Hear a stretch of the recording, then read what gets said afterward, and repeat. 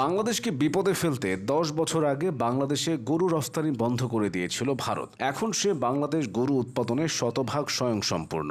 আগে কোরবানির ঈদ আসলেই সাদা রঙের ভারতীয় গরুতে হাটবাজার ভরে যেত। এখন সেই জায়গাটা দখল করেছে বাংলাদেশি লাল রঙের বাহারি সব গরু। কিছু বছর আগেও শুধু কোরবানির ঈদের সময়ে বৈধ অবৈধ পথে বাংলাদেশে 20 লাখ থেকে 25 লাখ গরু ছাগল আসতো ভারত ও মিয়ানমার থেকে। সারা বছরে সীমান্ত পেরিয়ে গবাদি পশু আসার সেই সংখ্যা 30 লাখ ছাড়িয়ে যেত। 2014 সালে মোদী সরকার ক্ষমতায় এসে হঠাৎ করে সীমান্ত দিয়ে ভারতীয় গরু বাংলাদেশে প্রবেশ নিষিদ্ধ করে দেয়। তখন আশঙ্কা ছিল দেশে গরুর মাংসের সংকট তৈরি হবে, বেড়ে যাবে এর দাম। কিন্তু বছর দশেক না পেরোতে ঘটনা দেখা যাচ্ছে সম্পূর্ণ বিপরীত। এখন গরু উৎপাদন ও মাংসের যোগানে আত্মনির্ভরশীল বাংলাদেশ। অভ্যন্তরীণ চাহিদা মেটাতে ব্যাপকভাবে গবাদি পশু পালন হচ্ছে দেশে। বহু শিক্ষিত তরুণ গবাদি পশুর খামার গড়ে তুলেছেন। এ বিষয়ে অনেকে সরকারি ও বেসরকারি পৃষ্ঠপোষকতাও পেয়েছেন। ফল হিসেবে 2015 সাল থেকে কয়েক বছরের মধ্যেই গবাদি পশু উৎপাদনে একটি নীরব বিপ্লব ঘটে গেছে। একদিকে গরু ছাগল আমদানি কমে যাওয়ায় দেশে খামার বেড়েছে, অন্যদিকে কোরবানি ঈদে দেশি গরু বিক্রি বেড়ে যাওয়ায় এবং ভালো দাম পাওয়ায় পরনির্ভরশীলতাও কমেছে।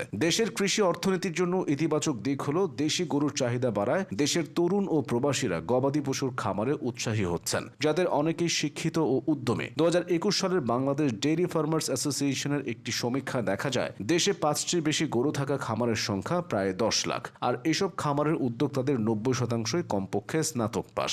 বাংলাদেশ ডেইরি ফার্মার্স অ্যাসোসিয়েশনের নিবন্ধিত খামারির বেশিরভাগও উচ্চশিক্ষিত। তাদের খামারে আধুনিক পদ্ধতিতে উন্নত জাতের গাভী পালন করা হয়। অনেকে অস্ট্রেলিয়া, ইউরোপ, যুক্তরাষ্ট্র ও ভারত থেকে উন্নত জাতের গরু এনে পালন করছেন। এভাবে বাংলাদেশে গত এক দশকে 142% বেশি গবাদি পশুর উৎপাদন বেড়েছে। দেশে গরুর উৎপাদন বাড়াতে সরকারি ও বেসরকারি পৃষ্ঠপোষকতাও সহায়তা করেছে।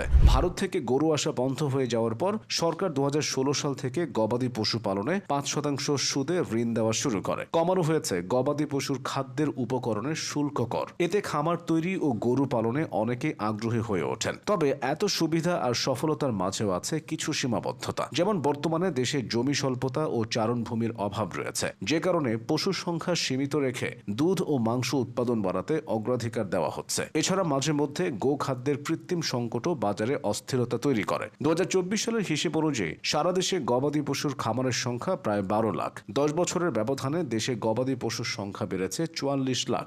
10 বছর আগে মাংস উৎপাদন ছিল 45 লাখ টন, এখন সে পরিমাণ 87 লাখ টন। সেই হিসাবে এক দশকে দেশে মাংস উৎপাদন 42 লাখ টন বেড়েছে। অর্থাৎ পশুর সংখ্যার চেয়ে বেশি বাড়ছে পশুর মাংস উৎপাদনের পরিমাণ, যার বড় অংশই গরু থেকে আসছে। কৃষি শুমারি সাধারণত 10 বছর পর পর করা হয়। সর্বশেষ বাংলাদেশ পরিসংখ্যান ব্যুরো তথা বিবিএস এর 2019 সালের শুমারি অনুযায়ী দেশে গরুর সংখ্যা ছিল 2,94,52,000, যা 2008 সালের শুমারিতে ছিল 2,56,78,000। আর ছাগলের সংখ্যা 1,94,44,000, যা 2008 সালের শুমারিতে ছিল 1,63,18,000। গণমাধ্যম সূত্র বলছে 2019 সালের তুলনায় 2024 সালে গরু ছাগলের সংখ্যা প্রায় দ্বিগুণের কাছাকাছি পৌঁছেছিল। শুধু উৎপাদনই নয়, গবাদি পশুর জাতগত বৈচিত্র্যের দিক থেকেও বাংলাদেশ বেশ সমৃদ্ধশালী হয়েছে। আর এভাবেই ভারতের আমদানি বন্ধের ফলে গরু নিয়ে যে সংকট তৈরি হয়েছে, বাংলাদেশ সেটা সম্ভাবনা হিসেবে কাজে লাগিয়েছে এবং সফল হয়েছে।